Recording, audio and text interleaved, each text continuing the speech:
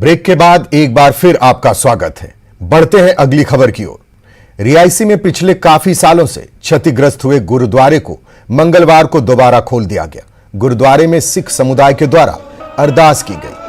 पौनी से सिख समुदाय का एक जत्था गुरु ग्रंथ साहिब जी को लेकर रियासी पहुंचा, जहां पर स्थानीय लोगों ने भाईचारे की मिसाल पेश की। गुरुद्वारे को दोबारा से खोला गया है। इसके साथ ही इस मौके पर गुरु महिमा का गुणगान किया गया। इस दौरान स्थानीय संगत ने भी भारी संख्या में हिस्सा लिया।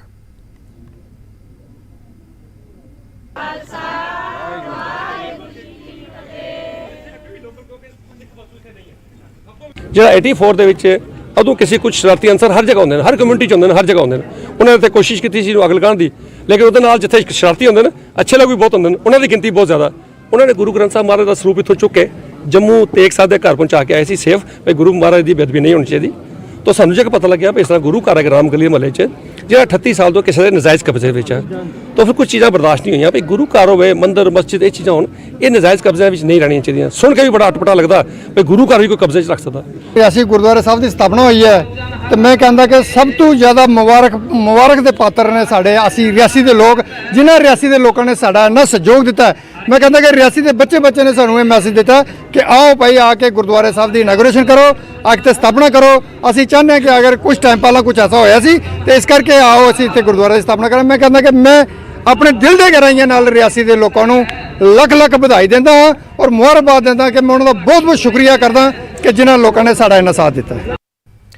गुलशन एग्री इंडिया शोपिया में इंडोफिल इंडस्ट्रीज के एक प्रभाग इंडोलाइफ सुपर स्पेशलिस्टीज लिमिटेड द्वारा आयोजित एक जागरूकता कार्यक्रम में उत्पादकों और डीलरों ने हिस्सा लिया। कार्यक्रम में सेब की फसल को विभिन्न रोगों और पोषक तत्वों की कमी से बचाने के तरीकों की जानकारी दी गई। इस अवसर पर विशेषज्ञों ने जैविक खेती और जैविक उत्पादकों के विभिन्न तरीकों के उपयोग के बारे में अपने ज्ञान को साझा किया।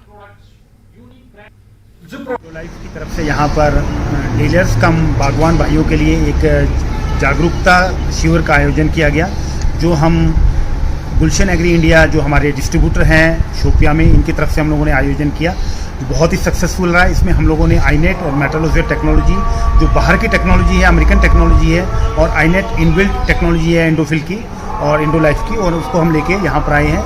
लोगों ने इसके बारे में बहुत ही अच्छी तरह सुना है और समझा है कि ये क्या टेक्नोलॉजी है, और हमारे को ये बताते हुए बड़ा अच्छा लग रहा है कि जो हम लोगों ने कुछ ट्रायल्स दिए थे यहाँ पर, लोगों ने वो ट्रायल्स के फीडबैक भी हमारे को दिए, जो उनको फ़ायदा मिला उसके बारे में लोगों ने हमारे को बताया। ये इंडोलाइफ न्यूट्रिशन डिवीज़न है इंडोफिल कंपनी का, और इसमें हम लोग कहते हैं कि न्यूट्रिशन की वजह से ही प्रोडक्शन बढ़ेगी।